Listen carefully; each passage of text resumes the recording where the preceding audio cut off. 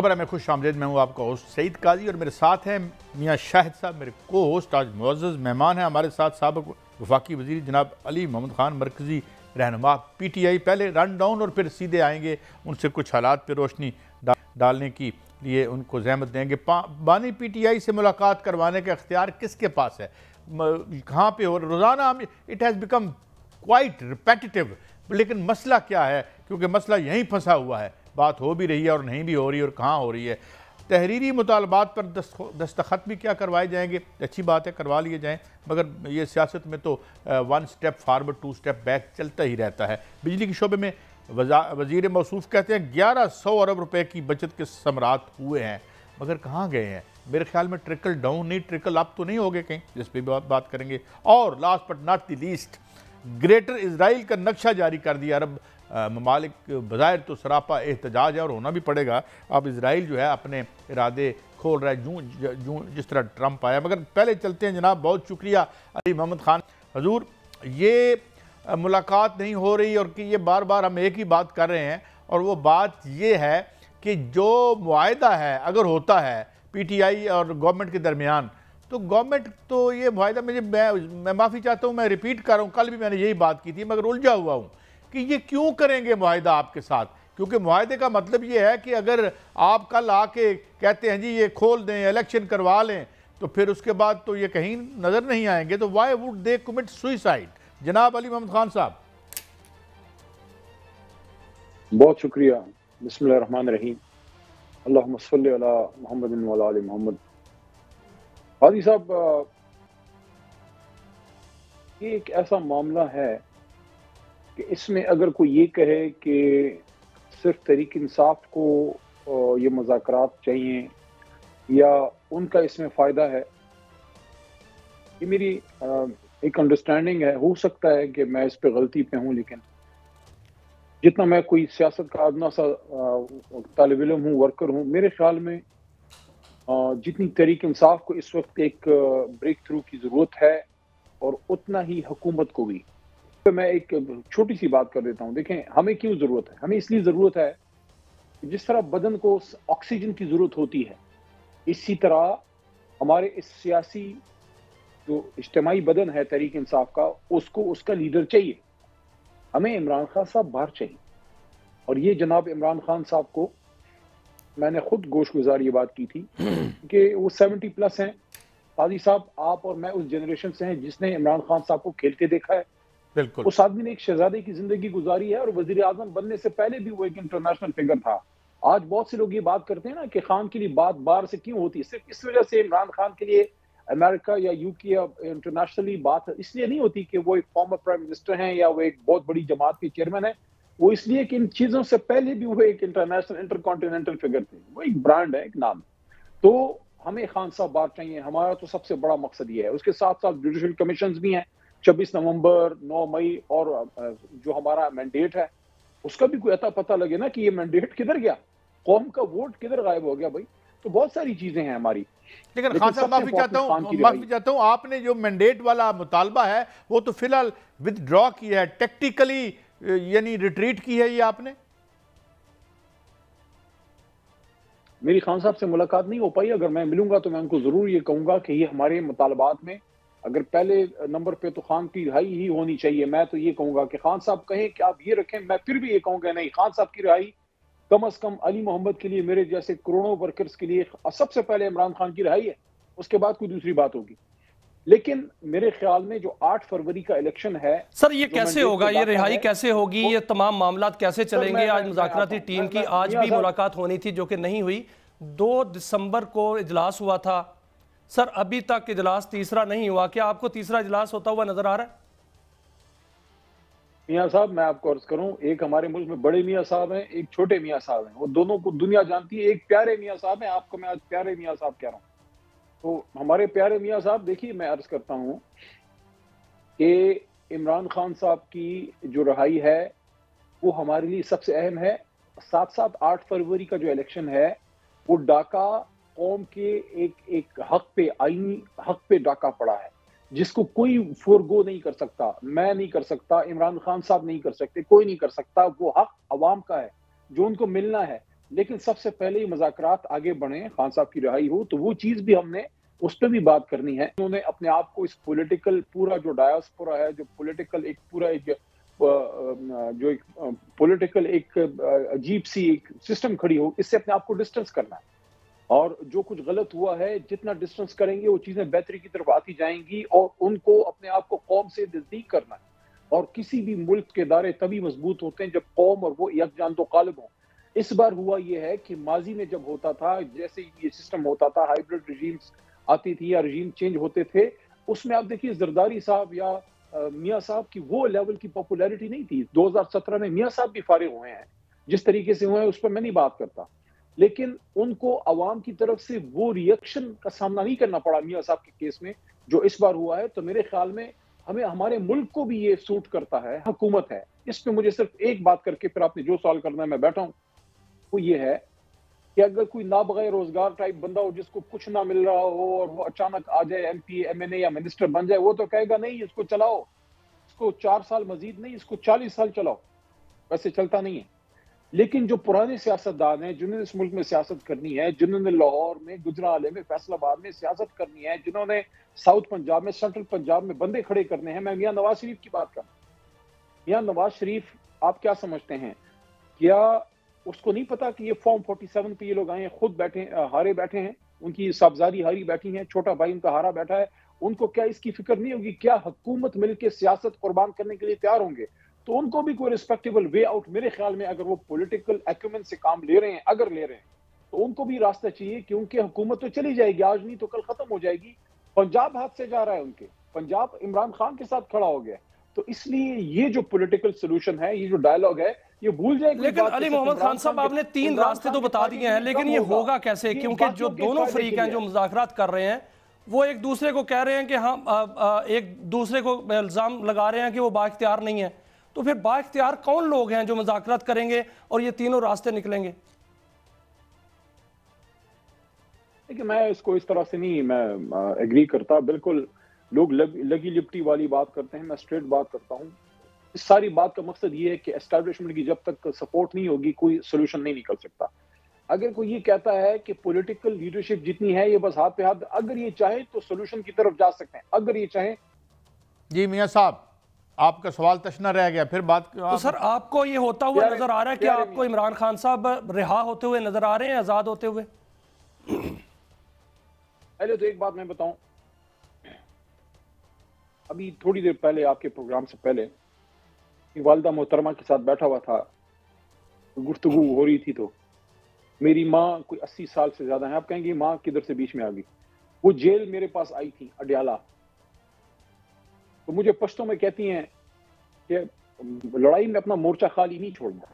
कहने का मतलब ये था कि लीडर के साथ जम के खड़े रहना। ये 2023 जेल में जब मैं था अडियाला में, तो अभी उनसे बात हो रही थी खान की, तो मैंने उनको कहा कि खान साहब ने से मैंने पूछा ये महीना एक पहले रिहाई का, इमरान खान साहब ने कहा कि अगर अल्लाह ना चाहता ये लोग मुझे जेल में नहीं डाल सकते थे, और जब अल्लाह चाहेगा ये एक दिन भी मुझे फिर रख नहीं पाएंगे, तो उसका तो एतमाद इतना है। तो खान साहब को कोई ऐसी जल्दी नहीं है कि कोई डील करके जल्दी से बाहर निकल आए। जो कष्ट काटना था, जो तकलीफ सहनी थी, वो उन्होंने सह ली है। हम समझते हैं कि हम अपने टर्म्स पर, मैं नहीं कहूंगा, लेकिन हम एक बाइज्जत रिहाई इमरान खान की चाहते हैं कि वो बाहर निकल के कौम को लीड करें। और ये नुकसान इमरान खान साहब का कम और कौम का ज्यादा है जो उनको अंदर रखा जा रहा है। मेरे ख्याल में अगर दूसरी तरफ कोई समझदार लोग बैठे हैं पॉलिटिकली, वो जितनी देर इमरान खान साहब को अंदर रख रहे हैं, खुद अपने पॉलिटिकल, मैं एक लफ्ज यूज कर रहा हूं, पॉलिटिकल डेथ वारंट, उसको कोई दूसरा ना समझ ले, पॉलिटिकल डेथ वारंट पे रोज साइन किए जा रहे हैं।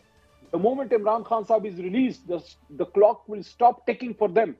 ये बात काश कोई समझ जाए कि इमरान खान साहब जिस दिन जेल से निकलेंगे, हुकूमत का फॉर्म 47 वालों क्लॉक उधर रुक जाएगा, उधर से फिर बात दोबारा स्टार्ट हो जाएगी। जितना जितना आप खान को अंदर रख रहे हैं, उतना उतना आप अवाम में नीचे जा रहे हैं, आप कौम की नजरों में नीचे जा रहे हैं, और मुल्क को मजीद अंधेरों में आप डालते जा रहे हैं। तो आपने पूछा क्या होगा, मेरे ख्याल में हम, अगर इनको समझ है, तो हमसे ज्यादा इनकी कोशिश होनी चाहिए कि इमरान खान साहब को बाहर लेके आए। अच्छा, एक बात ये भी हो रही है अली मोहम्मद खान साहब। लेकिन सर एजाजुल हक साहब तो कोई और कहानी सुना रहे हैं। वो कहते हैं कि मुतालबात जो किए हैं उस पर मुतालबात पर बानी पीटीआई इमरान खान के दस्तखत करवाएंगे। तो आपको पता है कि एजाजुल हक साहब कहाँ से बोल रहे हैं, वो कहाँ किसके आदमी हैं। तो फिर ऐसे बात तो आगे मेल कहते हैं कि बेल मंडे तो नहीं चढ़ती हुई नजर आ रही। देखिए प्यारे मियाँ साहब, जाज साहब जो हैं, एजाजुल हक साहब से मेरा तो बड़े भाई का एक रिश्ता है और उनको भी इसका पता है और बहुत एहतराम और प्यार का रिश्ता है। तो उनकी जो आपने बात की है उनका पूरा मैंने इंटरव्यू सुना है, लेकिन मेरे ख्याल में अब देखिए खान साहब की वो हमदर्द हैं। उनसे जब मिले भी थे, जब ये 9 मई वगैरह नहीं भी हुआ था, तब भी एक हमारी हुकूमत के आखिरी दिनों में भी उनके कोई मीटिंग्स वगैरह खान साहब से हुई थी और वो चाहते हैं कि मसला हल हो। लेकिन उनको भी इसका पता है और मेरे ख्याल में सबको इसका पता है कि इमरान खान साहब कोई भी ऐसी सोल्यूशन नहीं चाहते जिसमें कि 1% भी इसका तासुर हो, और ना वो दिल से चाहते हैं ना वो अवाम में चाहते हैं कि इमरान खान साहब ने अपने प्रिंसिपल स्टैंड से वो पीछे हटे हैं। अच्छा, इस पे एक बात और, इमरान खान कोई अना का मारा हुआ शख्स नहीं है। अगर वो जेल के अंदर से ये पैगाम बाहर भेज सकता है कि इमरान खान अपनी जात पे किए गए जुल्म को माफ करता है, ये इतनी बड़ी बात है कि माजी बईद में किसी लीडर ने नहीं की। माजी बईद में किसी लीडर ने नहीं की कि एक आदमी को जो साबिक वजीर आजम है मियाँ साहब, और उसको आप गोलियां मार दें, उसको गोलियां लग गई हैं। मुझे एक बात बताइए, एक चीज के पीछे ये हुकूमत पड़ी हुई है, ये रियासत पड़ी हुई है। फॉरगेट अबाउट द थिंग कि इमरान खान पीटीआई लीडर या हमारे महबूब कायद हैं। No, ex prime minister of Pakistan whose name is Imran Khan, he was shot, उनको गोलियां लगी हैं। क्या जिम्मेदारी है हुकूमत और रियासत की? इन्वेस्टिगेट करें ना। मैंने पार्लियामेंट के फ्लोर पे मोहतरम शहबाज शरीफ साहब को ये बात की थी, वो बैठे हुए थे अपनी कुर्सी पे। मैं कहा मियाँ साहब, अब आपको नहीं मैं मियाँ साहब कह रहा, मैं शहबाज शरीफ साहब की बात कर रहा हूँ। मियाँ साहब आप वज़ीर आज़म थे, जब वजीराबाद में साबिक वजीर आजम इमरान खान साहब को गोलियां लगी, आप वजीर आजम थे। बतौर सिटिंग वजीर आजम, this was your responsibility to make sure that the life attempt on the former Prime Minister of Pakistan, Mr. Imran Khan, is investigated thoroughly, और आप उसको अंजाम तक पहुंचाते कि किसकी जरूरत है। सियासी इख्तिलाफ अपनी जगह, लेकिन मैं एक वजीर आजम हूं, मेरे नीचे मेरे मुल्क के साबिक वजीर आजम पे जानी हमला होता है, किसकी जरूरत है, किसने किया? आज तक किसी को पता लगा? Who is the mastermind behind that attack on Imran Khan?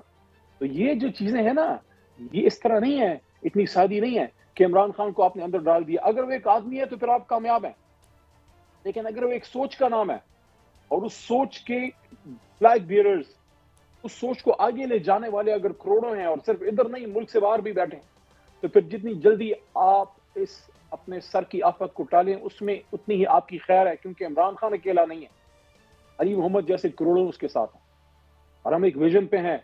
वल्लाह अली मोहम्मद और मेरे जैसे लोग हम वजारतों और एमएनएशिपों के लिए नहीं आए थे और ना आए हैं। अगर आए होते तो 2012 में हमारी जमात में कोई काउंसलर नहीं था। वजीरिस्तान अमन मार्च में जब हम गए, हमें डराया गया कि आपको खुदकुश बमबार का सामना करना पड़ेगा। हम 25,000 बंदा इमरान खान साहब के साथ वजीरिस्तान गया था। कुछ देख रहे थे ना, कोई विजन था ना, कोई सामने नजर आ रहा था। उस वक्त तो एमएनएशिप और वजारत तो रडार में नहीं थी ना। अली मोहम्मद खान साहब, एक और बड़ा जो मसला सामने आने वाला है वो है चीफ इलेक्शन कमिश्नर की तैनाती, क्योंकि वो रिटायर हो रहे हैं 26 तारीख को। अभी 18 दिन बाकी हैं, कोई किसी किस्म की मशावरत नहीं हुई, ना अपोजिशन लीडर के दरमियान, ना वज़ीर आज़म के दरमियान, और ना ही कोई इजलास हुआ है। क्या कोई दावत आई है ऐसी, या 26वीं आईनी तरमीम में तो ये लिखा हुआ है कि जब तक नए आर्मी जो नहीं आते चीफ इलेक्शन कमिश्नर, वो अपना काम करते रहेंगे, तो इसी तरह चलता रहेगा मामला? मियां साहब, अभी तक तो प्रॉपर कोई दावत नहीं आई होती तो मेरे नॉलेज में आ जाता, क्योंकि उमर अयूब साहब बड़े प्रिंसिपल आदमी हैं, वो चीजों को शेयर करते हैं अपनी जमात के साथ। होनी चाहिए, दावत आनी चाहिए। मैं नाउमीद नहीं हूं। Being an ever optimistic person, मैं हमेशा उम्मीद की तरफ देखता हूं। मैं भी ये समझता हूं कि जो हो गया सो हो गया। इस निज़ाम के सब डसे हुए हैं। अगर हम आज ये कहें कि सिर्फ तहरीक इंसाफ डसी हुई है, ये भी शायद ज्यादती हो। इस निज़ाम के सब डसे हैं। इस निज़ाम के आंगन में एक वज़ीर आज़म की फांसी पे लटकती लाश भी है, और एक वज़ीर आज़म का जो है हवा में, वो मैं असेंबली में ये मेरी बात थी कि बेनज़ीर साहिबा को जब शहीद हुई है तो वो भी इसी निज़ाम के आंगन में पड़ी हुई है, और साथ में नवाज शरीफ साहब को आप पसंद करें ना पसंद करें, लेकिन ये हकीकत है कि एक साबिक वज़ीर आज़म को हथकड़ी डाल के जो उन्होंने मुल्क से भेजा है या जो भी उनके साथ किया है, तो वो भी कोई अच्छा अमल नहीं था। तो इसलिए हम ये कहते हैं कि आज हमारे साथ हो रहा है, माजी में आपके साथ हुआ, हमारे साथ ज्यादा हुआ है। शायद ज़ियाउल हक साहब के जमाने में भी इतनी परसिक्यूशन नहीं हुई थी, कोड़े लगे थे, लेकिन ऐसा नहीं हुआ था कि घरों के घर जो है वो ताराज कर दिए जाए, ख्वातीन की इज्जतें जो है उस पर हाथ डाल दिया जाए या घर तोड़ दिए जाए। तो इसलिए हम ये क्या समझते हैं कि शहबाज साहब को इसका अंदाजा होगा कि उनको अब ये मसला बेहतरी की तरफ ले जाना चाहिए। आप कुछ अच्छे नाम लेके आइए, आप कुछ अच्छे नाम लेके आइए, क्रेडिबल लोग लेके आइए। हम भी घास नहीं खाते। अली मोहम्मद खान साहब, उमर बड़े आपके साथ अच्छे नाम पे जरूर तावन करेंगे, लेकिन आप अच्छे नाम लेके आइए और राब्ता कीजिए। इस पॉजिटिव नोट पे मैं इस कमेंट के साथ ये बात कंक्लूड करता हूँ कि आप ज़रूर रिकन्सिलिएशन में जाएं, मगर इस निज़ाम का रिकन्सिलिएशन न करें जिसके अवाम डसे हुए हैं। ठीक है, आप जो सही कहते हैं, मगर सबसे ज़्यादा डसे हुए इस निज़ाम के अवाम हैं और वो रिलीफ मांग रहे हैं। बड़ी शिद्दत से ब्रेक है, ब्रेक के बहुत शुक्रिया अली मोहम्मद खान साहब, आपने हमें एनलाइटन किया। एक ब्रेक के बाद हाजिर होते हैं। और ये किधर गए हैं 1100 अरब, तो खैर एक छोटी सी पी नट जो रकम उन्होंने कहा जी हमने बचा ली है, तो किधर अवाम तो नहीं बची, रकम वो बची हुई कहाँ गई है। एक ब्रेक के बाद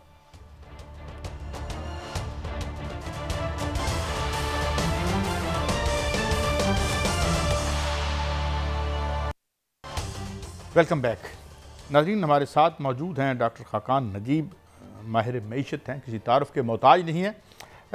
डॉक्टर साहब, thank you very much for your time.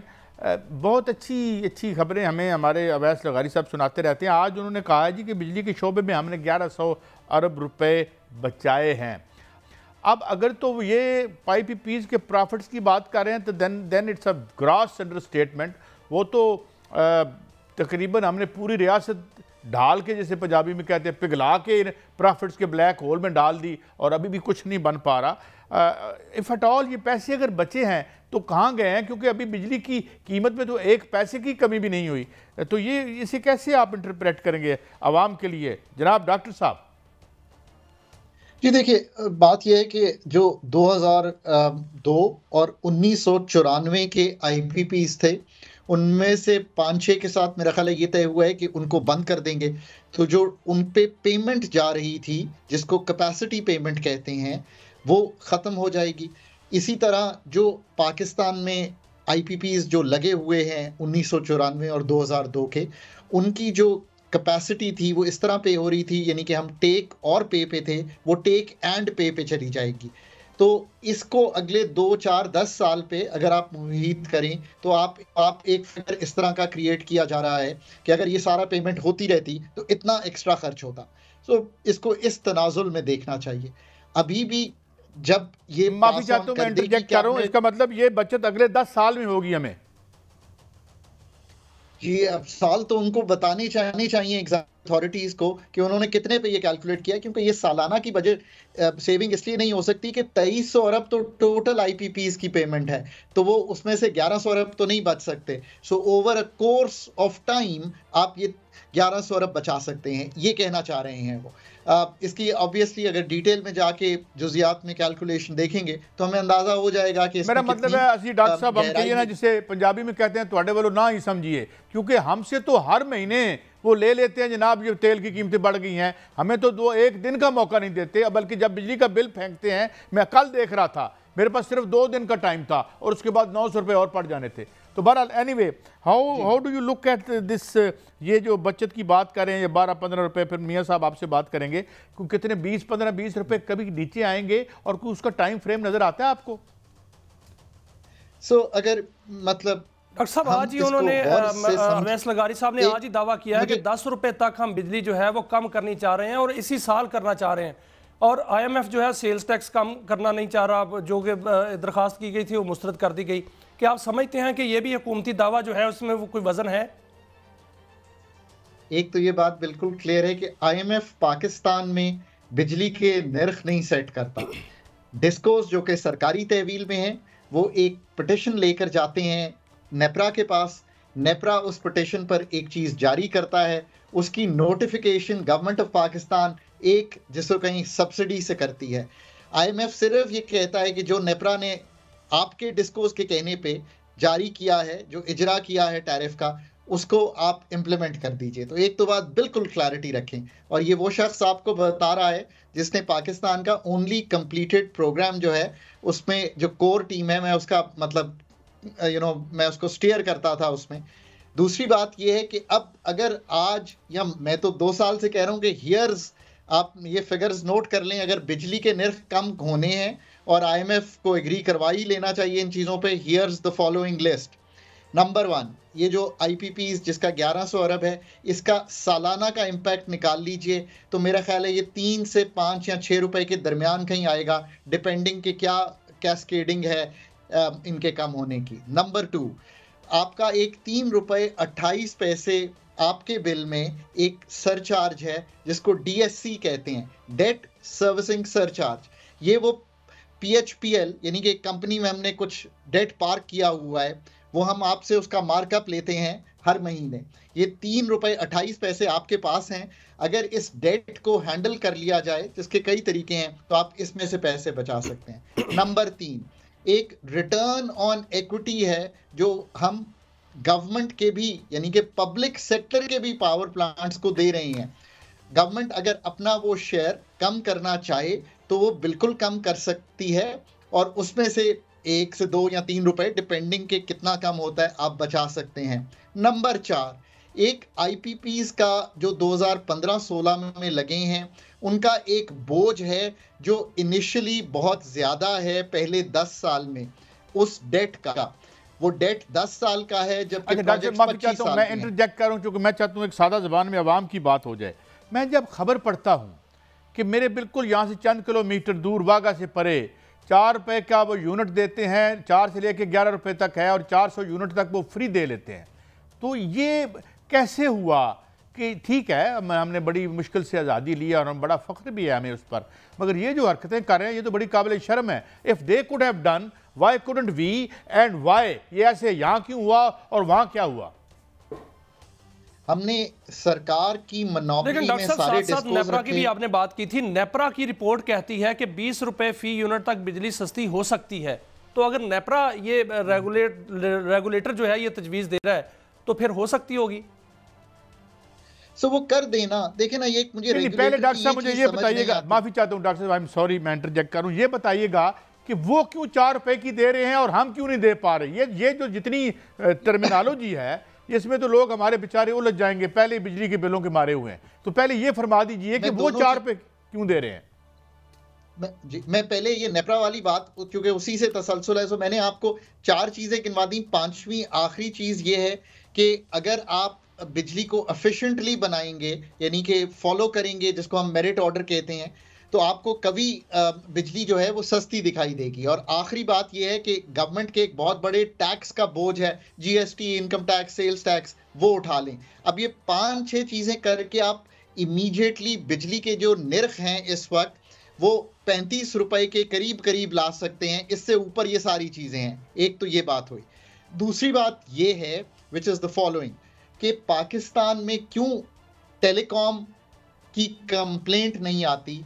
क्यों है कि कंप्लेंट सारी जो आती है वो बिजली के सेक्टर की आती है, और अक्रॉस द बॉर्डर, इंडिया हो या हम रीजनली महंगे हैं, इसको इस तरह एक्सेप्ट करना चाहिए।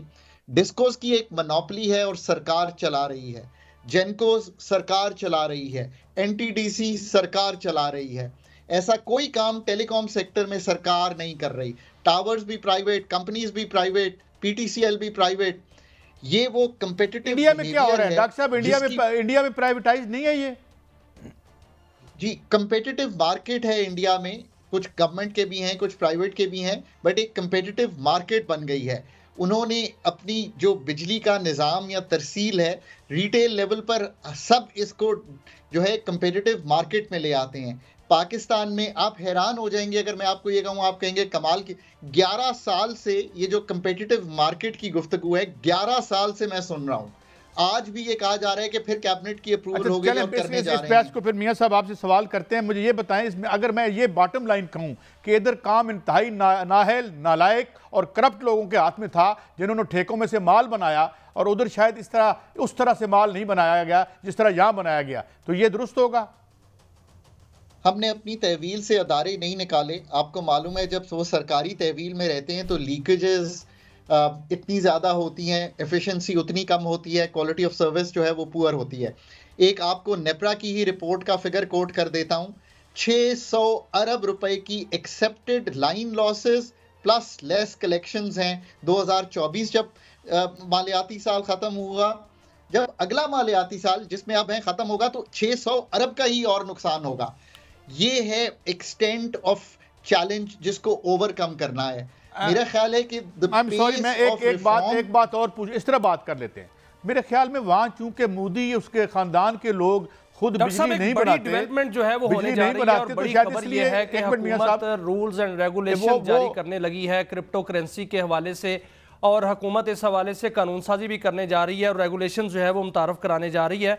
आप क्या समझते हैं कि क्रिप्टो करेंसी का जो कारोबार है उसकी हौसला अफजाई होनी चाहिए और साथ साथ डिजिटल करेंसी पे भी पाकिस्तान को आना चाहिए? देखिए, कुछ चीज़ें इनएविटेबल होती हैं, हम उनसे जिस तरह कहते हैं नज़र चुरा कर उनको डिले कर सकते हैं या we can forget about them, but ये कारोबार तो हो रहा है। सो उसके प्रॉपर रूल्स एंड रेगुलेशंस हो और वो अगर वेल डॉक्यूमेंटेड हो तो ये एक अच्छी चीज़ है। आपको मालूम है कि जो इस वक्त नए सदर मुंतखब हुए हैं, he is very very pro crypto currency, he is very very pro digital currencies, so he is very pro market. तो हमें भी जदीद दौर के साथ ही चलना पड़ेगा और इसकी तरफ जरूर जाना पड़ेगा। मैं वापस उसी पे बात में आता हूँ। ये मियाँ साहब ने भी बड़ा अहम सवाल आपसे पूछा। बात ये है कि पॉलिटिकल पावर के साथ जब आप कारोबार भी कर रहे हो, जो मैंने सवाल बुनियादी किया था कि वहाँ मोदी बिजली नहीं बनाता या उसके खानदान वाले बिजली नहीं बनाते, don't you think it makes difference या इट मेड द डिफरेंस? देखिए, मैं ये कहता हूँ कि कारोबार कोई भी कर रहा हो, अगर मार्केट कंपेटिटिव होगी, जैसे कि कई मार्केट्स हमने बनाई हैं, टेलीकॉम है, दूसरी हैं, तो आप किसी के रिश्तेदार हों या मैं किसी का रिश्तेदार हूं, जब हम एक कंपेटिटिव मार्केट में होंगे, बहुत से प्लेयर होंगे और मैं किसी से भी एक सारिफ जाकर बिजली ले सकेगा, तो आप खुद ही कारोबार को ठीक करेंगे। किसी को रोकना तो बहुत मुश्किल होता है। And whose responsibility it is to make the market competitive? नेप्रास will be very clear. Pakistan में अथॉरिटीज में, बट अथॉरिटीज में आप कहेंगे मैं आइडेंटिफाई कर दूं तो obviously policy making, water and power, ministry of energy का जो पावर डिवीजन है और नेप्रा को इसको इम्प्लीमेंट करते हुए। मियां साहब आप डॉलर का सवाल पूछना चाह रहे थे, थैंक यू, आपका जवाब आ गया। जी मियां साहब।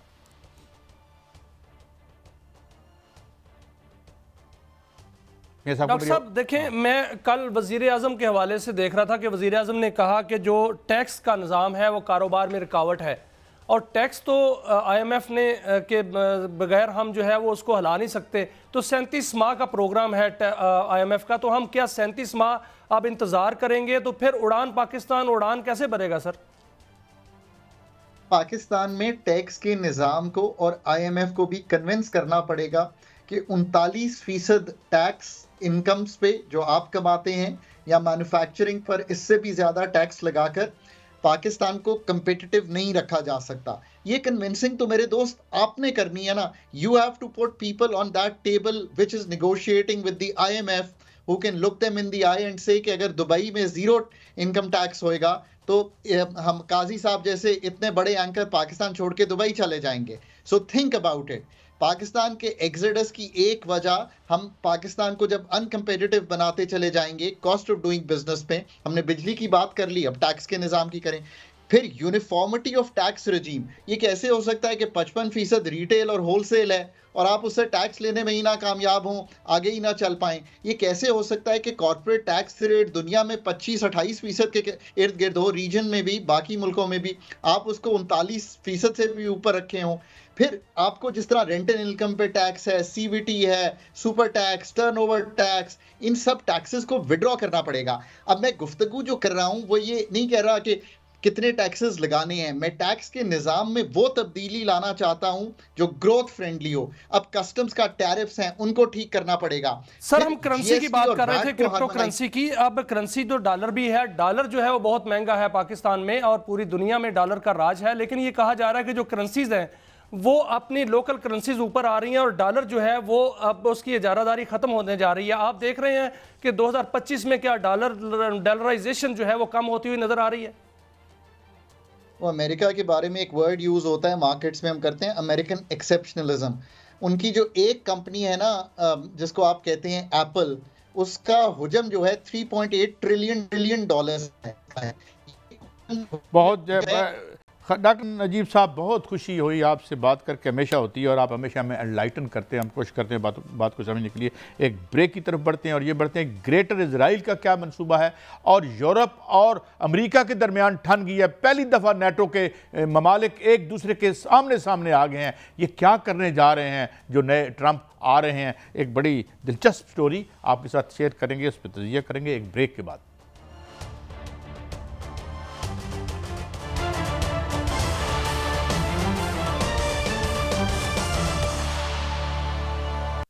Welcome back. नाज़रीन, हमें ज्वाइन की है जनरल रिटायर्ड जाहिद महमूद साहब ने। बहुत शुक्रिया जनरल साहब, आपने हमें वक्त दिया। मैं स्ट्रेट आपकी तरफ आता हूँ। ये ग्रेटर इजराइल का नाम तो हम सुनते रहते हैं और मियाँ साहब इस पर स्टोरी भी करते रहते हैं। ये क्या है और क्या ये प्लान था जो सामने आया है, ये वर्केबल है? हमें कितना सीरियसली इसके बारे में बात करनी चाहिए और तैयारी करनी चाहिए? जनरल साहब।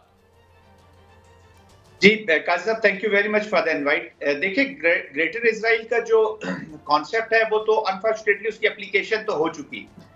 बड़ा सिस्टमेटिकली हम देखते हैं कि इजराइल ने with the tacit approval of Washington और वेस्ट के बड़े सिस्टमेटिकली इन्होंने रिड्यूस किया अपनी अपोजिशन को। जी चाहे आप हमास को देख लें, पहले उन्होंने किया, हिजबुल्लाह को देख लें, कॉन्स्टेंटली उन्होंने ईरान को अंडर प्रेशर रखा, उसके बाद सीरिया का आपने देख लिया, और अभी उनकी एप्लीकेशन थोड़े से बिग वे में चली गई है यमन के बीच में, जी हूसीस के खिलाफ।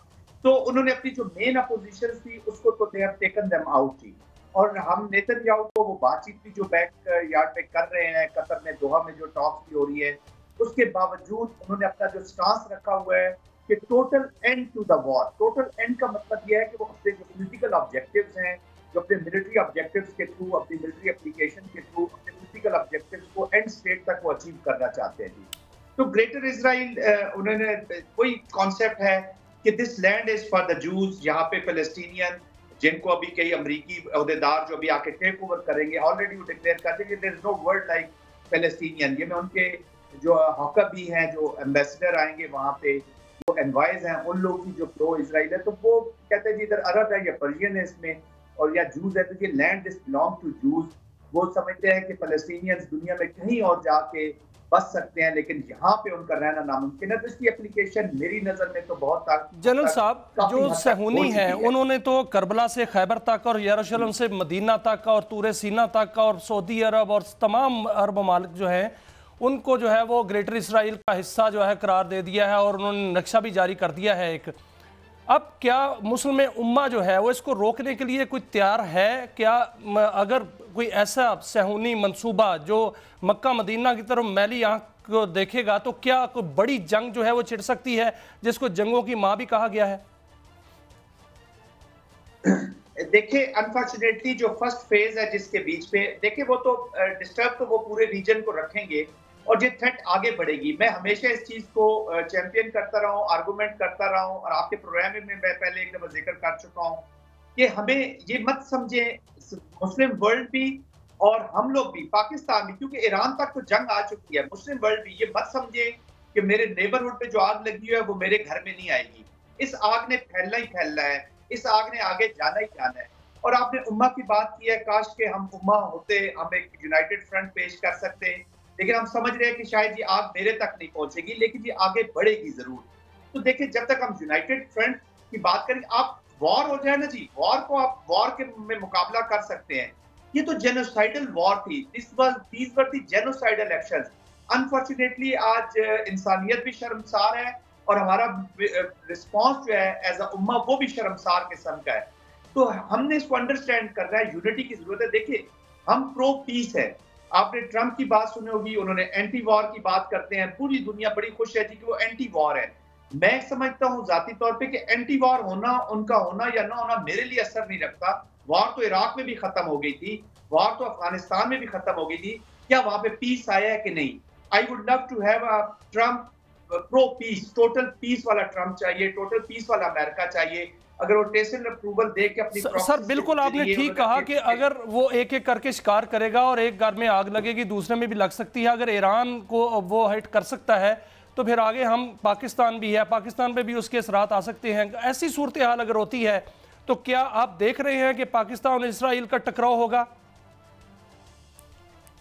देखिए, ये पाकिस्तान और इसराइल का डायरेक्ट टकराव तो मुझे अभी इमीडिएटली कोई नजर नहीं आ रहा, लेकिन ये वो एप्लीकेशन है, एक माइंडसेट है।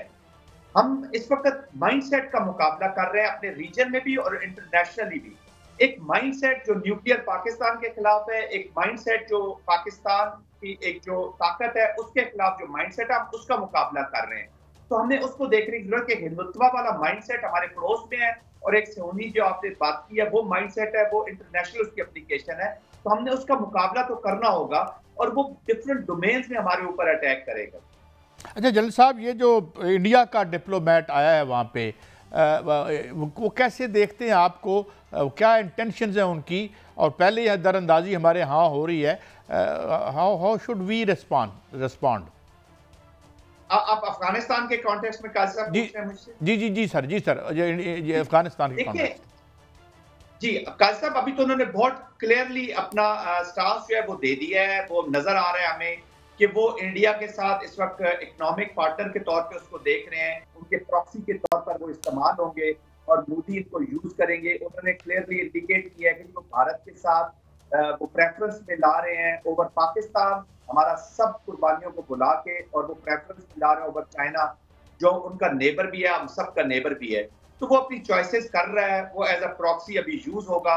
इट्स एक्सट्रीमली डेंजरस, बट इसकी एप्लीकेशन तो ऑलरेडी पाकिस्तान में हम देख रहे हैं कि भारत एज अ स्पॉन्सर और तहरीके तालिबान की जो हुकूमत है, बुरी हुकूमत, ये एज अ क्लाइंट हमारे ऊपर उसकी एप्लीकेशन ऑलरेडी हो चुकी है। तो ये हमारे लिए खतरे की घंटी नहीं है, बल्कि इसकी एप्लीकेशन हो चुकी है। आप तो खतरे के बिल्कुल। अच्छा जलील साहब, मैं माफ़ी चाहता हूँ, इंटरजेक्ट कर रहा हूँ क्योंकि वक्त कम है। मैं चाहता हूँ थोड़ा सा कमेंट आप ये भी कर दें।